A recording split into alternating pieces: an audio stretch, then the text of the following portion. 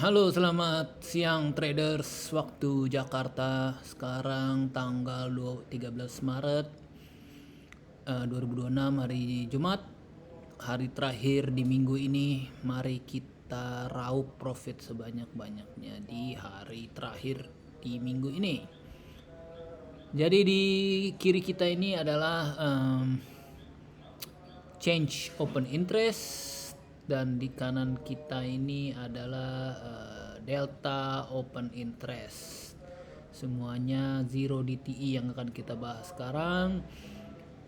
Kita akan membahas kita akan baca sentimen market hari ini, apakah sentimennya netral, bullish, atau justru bearish. Dan kita akan prediksi harga tanpa melihat chart. Cukup dengan melihat open interest ya. Kalau chart itu lebih ke arah timing dan entry exit, sementara ini kita adalah bahas sentimen dan prediksi arah pasar. Oke,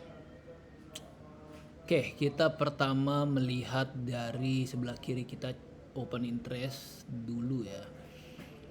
Oke, kita lihat ya, kosong ya, wajar lah ya kosong atau kecil. Nah, di sini kita lihat besar sekali ada put yang minus, ya wajar lah ya. Putnya ini di 4.900, yang mana harga sekarang itu adalah sekitar 5.100. Kemungkinan besar harga nggak akan melipir ke sini. Nah, itu sinyal yang pertama. Nah, mulai dari 5.000, 5.050, dari sini ke sini kita lihat banyak put call, bahkan di close banyak put sampai 5.080, 5.090 baru mulai ada call, 100 call.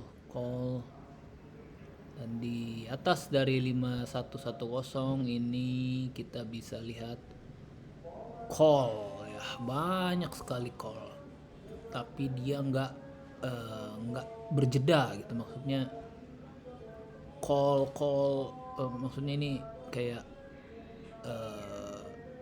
layered gitu loh, maksudnya padat gitu. Di atas 5.200 kosong ya. Oke, apa artinya ini? Yang pertama, fakta bahwa di sini ada put money, terutama di 50-50 yang cukup besar, itu menandakan bahwa bahkan ya kalau kita lihat ini 173 change OI put ini paling besar value-nya di hari ini ya. Walaupun ini ada mendekati di 5160 call, tapi tetap masih lebih kecil dari yang put 50-50. Apa ini artinya? Artinya bullish atau artinya seller mengamankan posisi putnya itu di sini, dalam artian market itu berhati-hati apabila market harga XAU itu turun. Seperti yang gue bilang, kalau market pede bahwa harga itu nggak akan jebol ke bawah, dia nggak akan, putnya itu nggak akan gede di bawah harga yang sekarang, itu harga sekarang 5.100. Nah, begitu juga sebaliknya gitu loh. Sekarang harganya di 5.100, kurang lebih 5.100-an. Di atas itu juga gede call. Apa ini artinya ini? Jadi market juga mempersiapkan dirinya apabila harga naik gitu loh. Nah, kita sebagai trader, apa yang kita bisa antisipasi? Kalau menurut gua, dari change OI ini aja jelas bahwa upside-nya itu dibatasi gitu. Jadi kalau harga udah ke 5150, 5160, 5175, ini kita udah harus berhati-hati gitu. Kenapa? Karena satu, ada put yang besar di sini, dan juga di atas dari 5200 juga bahkan kosong gitu. Nah, jadi dengan kata lain, kalau harga udah menyentuh, jangankan 50 ya, mulai dari 35 lah, 35 sampai 80 sampai 200. Ini zona hati-hati, dalam artian kita harus mempersiapkan diri untuk koreksi. Apakah akan junam? Mungkin, tapi gua nggak ya terlalu yakin akan junam ya. Nah, begitu juga sebaliknya gitu loh. Kalau misalnya harga rontok hari ini, ya kan, bisa aja harga rontok hari ini, tapi gain. Kalau udah mau melipir ke 50-50 ini, ya kan, atau bahkan udah bisa melewati 50-50 ini, kita harus siap-siap ambil buy gitu loh. Kenapa? Karena tadi gue bilang, market antisipasi, beberapa market partisipan antisipasi bahwa harga bisa naik gitu loh. Kan nggak mungkin mereka ambil call di 50 ataupun 60 kalau mereka nggak mengantisipasi bahwa harga bisa naik gitu loh.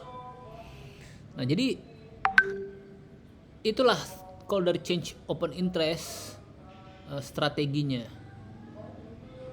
Harga offside ke bawah buy, harga offside ke atas siap-siap sell. Oke. Setupnya bagaimana, entry exitnya bagaimana, yaitu pakai strategi masing-masing ya. Nah, itu dari change OI. Sekarang kita lihat dari delta. Nah, ini juga lumayan penting juga nih delta nih. Kosong ya semuanya, ya wajar lah ya kosong ya. Kita fokus ke sini aja ya, row yang ini nggak usah diliatin. Oke, sekarang ini udah mulai ada di 5000. Oke, 5000 dan 5000 ini positif ya. Ini dikurang ini hasilnya positif, maksudnya gitu. Dari 5005 sampai 75 ini negatif ya, clear ya, tapi bukan negatif yang gede-gede banget gitu, cuman ya negatif aja gitu.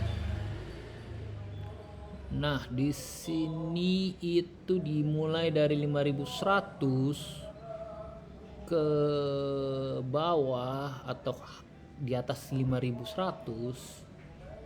harganya itu ini bisa dibilang positif ya.